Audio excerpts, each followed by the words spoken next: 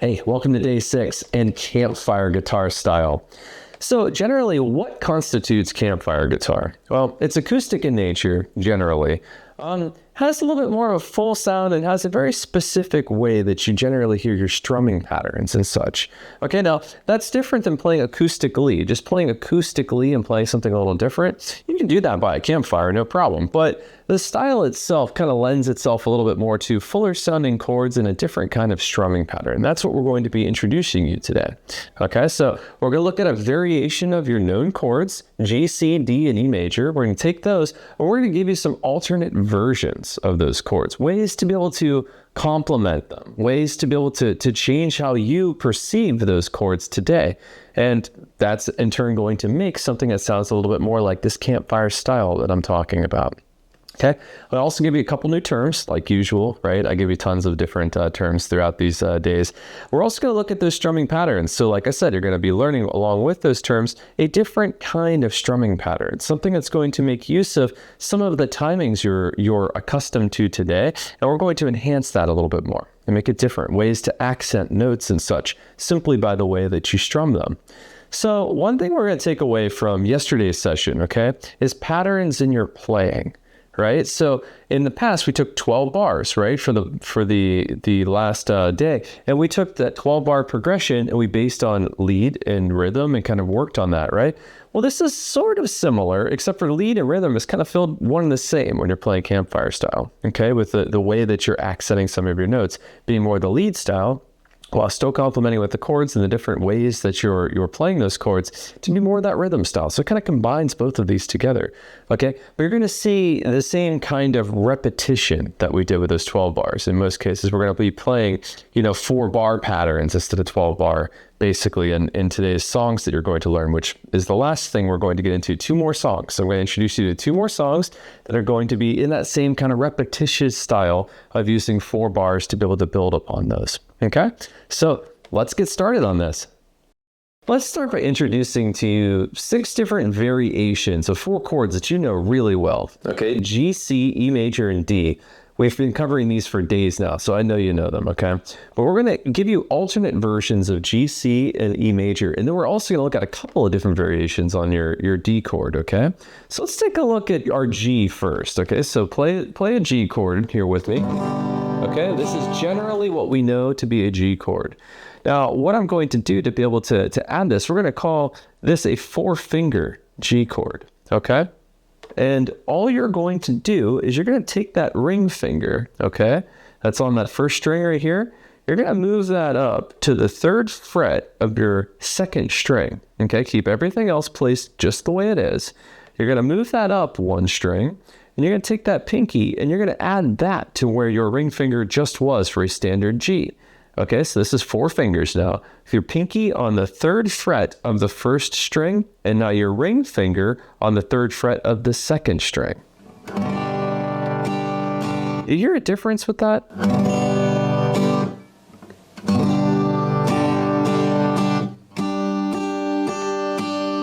A little bit of a difference, right? A little bit of a flair. It adds a D into that chord that really kind of just brings it out, makes it have a little bit more depth. Okay, so this is a 4-finger G chord. Now let's keep the same shape with a slight movement. Okay, so let's take this exact shape that we had from a G. Okay, and let's take our middle and index finger and move it down 1 string. So instead of 5th and 6th relative, we're going to take it to 4th and 5th. Okay, for this. And now we're going to strum from your 5th string down. This is what we call a C add 9. Not going to get into some of the exact terms for some of that. That's more theory than I'm going to go into right now. But this is a variation of a C chord that gives it a lot more depth. Okay, you hear a little bit more of that sound coming out of it. Just it's a good sound. Okay, now let's look at multiple variations of that D chord. Okay, so we're going to take our ring and our pinky finger that was right here. We're going to leave those placed. All right, And then we're going to take our middle finger completely out and place our index finger, 2nd fret of the 3rd string, okay? And let's try this. Strumming from string 4 to 1 with your index finger on the 2nd fret of the 3rd string and your ring and pinky fingers on the 3rd fret of the 2nd and 1st string, respective, okay? This is a D sus4. Now, if you wanted, you can make this a little different. If we lift our pinky, right, and we place our middle finger on that 2nd fret of the 1st string, now we have a standard D, right? Just like that. Now, what if we take that middle finger and lift it entirely and just play these two, strumming from 4 down?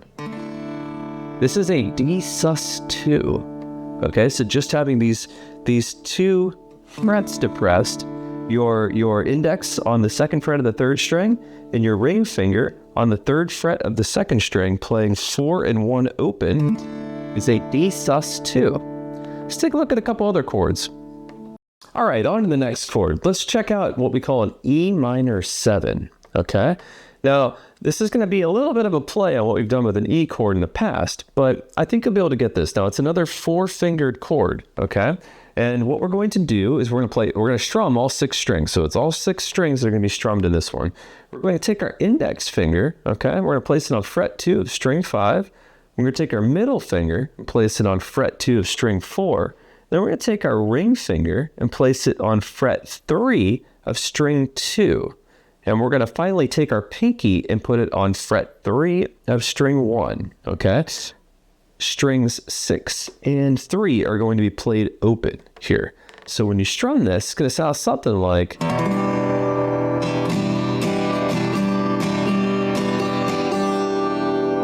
Okay? So something I'm going to tell you is a lot of people feel this way. I definitely feel this way, that it's almost kind of hard to go back to the vanilla versions of some of these chords once you've played, you know, some of these different alterations of what you have here. There's just a lot of depth and kind of variety about being able to take some of these and mix and match them. So definitely explore as many of these as you can. Start taking versions of some of these chords and play back and forth between the originals and some of these, just to be able to feel that little bit of an extra flavor. Let's look at the next one. I'm going to introduce you to a new term with the next chord. That's called a bar chord. Okay, barring essentially means that you take your finger and instead of playing at the tip of your finger, right, depressing a fret for each singular note or a multi-note chord, right, you're going to take your finger and literally use it like a bar across the fretboard, okay? And this allows for you to depress multiple strings at the same time with the same finger. So not everything is going to have an individual placement, and instead it's going to have a singular ability to go across, right, an entire section. So this is what's called a bar chord. Now, this introduction I'm going to give you isn't a full bar chord. It's what we would call a half bar chord. Basically, the only difference is you're only going to be depressing a couple of strings in this scenario versus going across the whole thing. That will come in time. I'll show you other bar chords that eventually are going to have you depress a lot more strings than just 2. And for now, that's where we're going to start. It's still going to be difficult. You're going to have to work your way up for this, okay? So let's start with this F chord. F is the new chord that I'm going to show you. All right, so let's look at it first. So we're going to be strumming from 4 to 1, so 4th string down to 1, right? We're going to take our 3rd finger, our ring finger, we're going to put this on the 3rd fret of the 4th string, okay? Then we're going to take our middle finger here, our 2nd finger, we're going to put it on the 2nd fret of the 3rd string, okay? And then we're going to take our index finger and we're going to lay it across, okay, your 1st fret of the 2nd and 1st strings. So when we do this, this is what this looks like. You're going to be slightly off to the side. So this part of your finger right here, okay, you're going to be off to the side slightly, and you're going to depress near the fret, the 1st and 2nd string, 1st fret, okay? And then your other two fingers are going to go back into position, just like I mentioned. You're going to strum 4 to 1, okay? Now, what it's probably going to sound like for you when you first get started, totally fine, totally natural. It's going to take you time to get familiar with this. Okay, you're going to have to build strength in your finger to be able to do this, because you do have to press hard. Not only do you have to put a little bit more pressure on your thumb, right? So think back to your fretting techniques. You have to put a little more pressure on your thumb on the back of the neck to be able to give this, but you also have to put a little bit more pressure pressing down with your finger, like pinching slightly. That's what the sensation is going to feel like when you're doing a bar chord across this, okay? So it's going to take you time. It's not going to be natural, but when you get there, you'll be able to have them ring out and they'll sound clean, okay? So this is what's called a half bar chord. Now, let's take a look at the next one. Let's take a look at a B minor chord. Now, this isn't going to be using bar chord, all right? So you're not going to be barring on this one, but it is going to stretch you a little bit further than where you've been before with making your chords, okay? So with your chords thus far, right, we've stayed in first position. So remember, first position, position play, right? First 4 notes on your fretboard make up first position, all right? So you stayed basically in like 1 to 3. Now I'm going to give you a B minor chord that's going to stretch you to using frets and notes within this 4th lane, this 4th note area, okay? So it's gonna be a little different. So let's take a look at this. Now, where this is gonna go, so you're gonna be strumming 4 to 1, all right? So your 4th string down to 1, right? Now let's take your 3rd finger and put it on the 4th fret of your 4th string, okay? And then we're gonna take your pinky and we're gonna put him on the 4th fret of the 3rd string. Then we're gonna take your 2nd finger, your middle finger, place it on the 3rd fret of your 2nd string, okay? And your 1st finger is gonna go to the 2nd fret of the 1st string, okay? So this is a B minor. Now, I know this is going to be a little bit difficult because, again, you're dealing with 4 fingers. I know you're putting that pinky up towards the center, which is going to make it a little bit harder to press down as well because, again, it's going to take you time to build up strength in your pinky. But there is a way you can modify this if you wanted to, okay? And that is you can lose the pinky and you can take your ring finger and you can move it down a string, okay? So same placement in the 4th fret that you had with your pinky. But instead of playing on that 4th string with your ring finger, you're just not going to play the 4th string at all. Instead, you're going to have your ring finger on the 4th fret of the 3rd string. You're going to have your middle finger on the 3rd fret of the 2nd string, and your index finger on the 2nd fret of the 1st string. And you're just going to play the first 3 strings here, 3 to 1. Okay, so it's a modification. So you go from this to this. It's a shorthand version of being able to play this chord. Now, there's a slightly different name for that, but let's just call this B minor for either one of these for now. So whichever one of these feels more natural for you to get started, and then you can graduate up into that 4-finger, feel free to graduate from there, okay? It's going to take you a little bit of time to get there. So I've just shown you an F and a B minor, and we just talked about bar chords. Now let's move on to making use of all of these. All right, new term alert, syncopated strumming. Complicated word, I know, it's a very odd one. Syncopated strumming. This is a classic sound for campfire guitar playing, and it basically just has to do with the way that you're strumming. The pattern of which you're strumming makes this syncopation. So I will give you the actual definition below, but what I'm going to tell you with this is it's basically a way to emphasize notes that might be on an offbeat than what you're generally emphasizing for most standard chords and single notes that you're playing, okay? This will become a little bit more clear with demonstrations. I'm definitely going to try to give you a little bit of a demonstration. So let's play together. So I just showed you, right, that 4-finger G chord. I want you to kind of play this with me. So let's take this 4-finger G chord, just like this. And I want you to play around a little bit with being able to strum this in a different way, okay?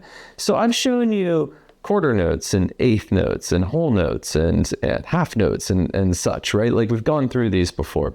Well, this is going to take a couple of those concepts of different notations that we're going to play with this for timing, and it's going to add a little bit of flair to it, okay? So this is what we call syncopated strumming.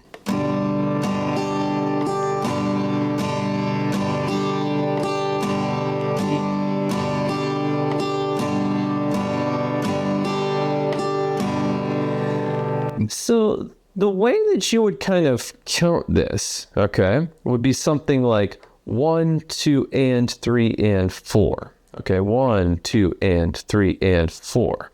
So you have quarter notes and eighth notes that are happening here, okay?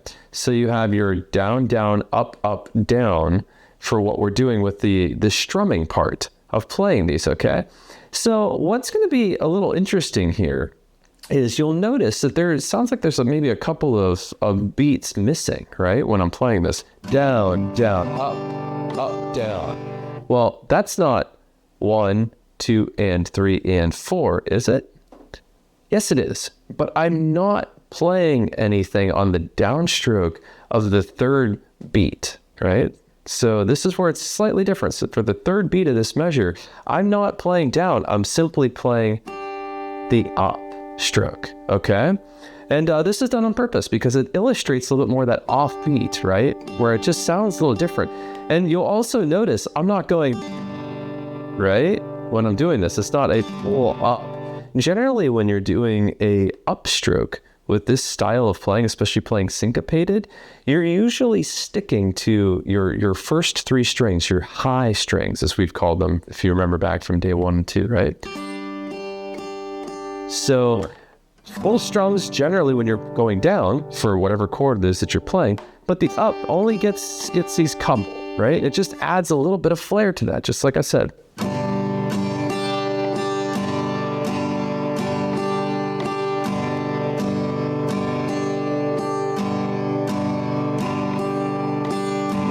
So there's some emphasis to that, right? You can hear that. So let's put this to work in one of our new songs for the day. All right, so let's take everything you've just learned and roll it up into our first song for today, okay? So it's going to be pretty straightforward. So we're going to be playing 4 measures, right? And you're going to repeat each one of these measures 4 times. So it's going to be 16 measures in total, okay? And your final ring out chord is going to be a G, and you're going to let that ring out for an entire measure, okay? So for a G chord, you're going to be playing that 4-finger one that I showed you earlier, okay? And that whole measure ring out is going to be something like 2, 3, 4, okay? So it's going to be very similar to what it is, but let's get started here by showing your first chord, which is going to be a G chord, okay? So for one measure, we're going to do that syncopated style strumming for each one of the chords that I'm going to show you, okay? So for a G chord, you're going to have...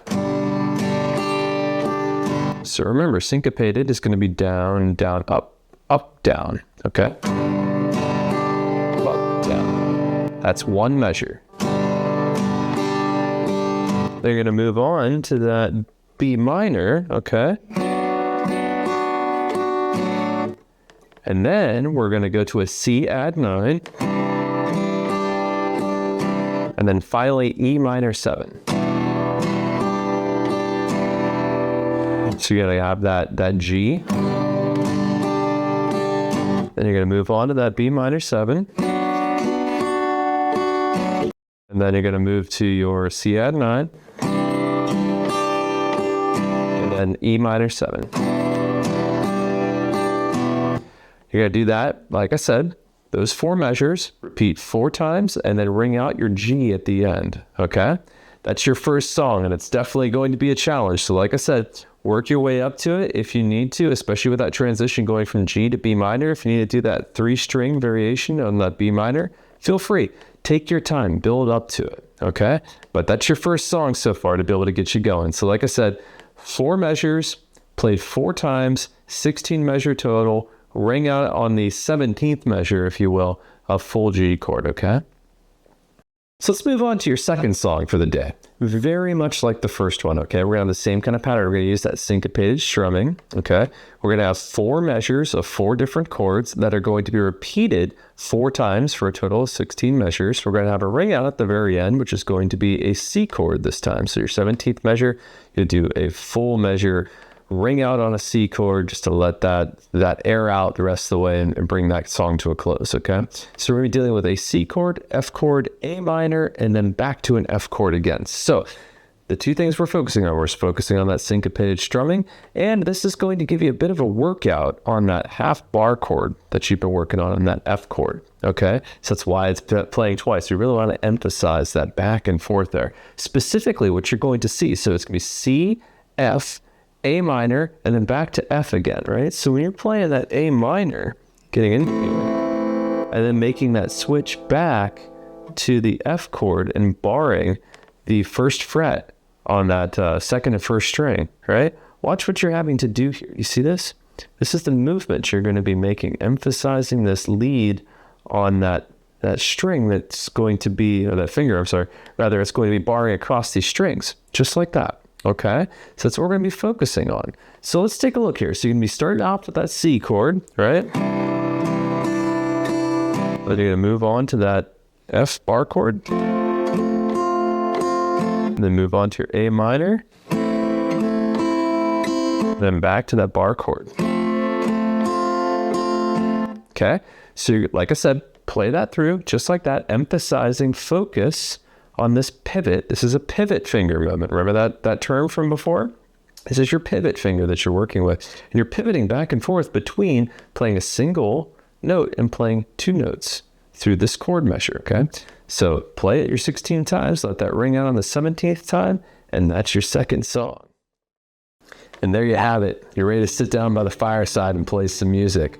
I really hope and encourage you to just try to strum with this as much as you can. This is definitely a great one to just sit around a fire, as obviously the campfire denotes, but also just anywhere, right? Just and as you're practicing and strumming, just play through some of these chords. It's a great way to transition. It's also a really good way to start stacking through these different phrases of a chord. All right, these alterations, they really speak a little differently in music. And I think it's going to help you as you continue through your journey of learning music and potentially even writing, to know these different variations of these chords. They're very expressive, and you definitely should be using them that way. I've also given you all the chords you need to be able to play the song Wonderwall. With great power comes great restraint.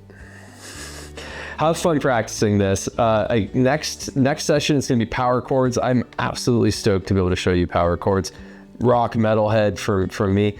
This is the foundations of what I learned with, and definitely something I still play a lot of to this day because of the style of music that I like and listen to. With that is going to be just you being able to finally play riffs with music, real music. Okay, so I've been promising that this whole time, getting you to a point where you can go play music along with some of your favorite classic and rock bands and such. That's what we're going to be getting into next session, so don't miss it. Please come. Let's have a good time together. As always, great work today. I'm super proud of you. Keep having fun, and let's rock out of some power chords.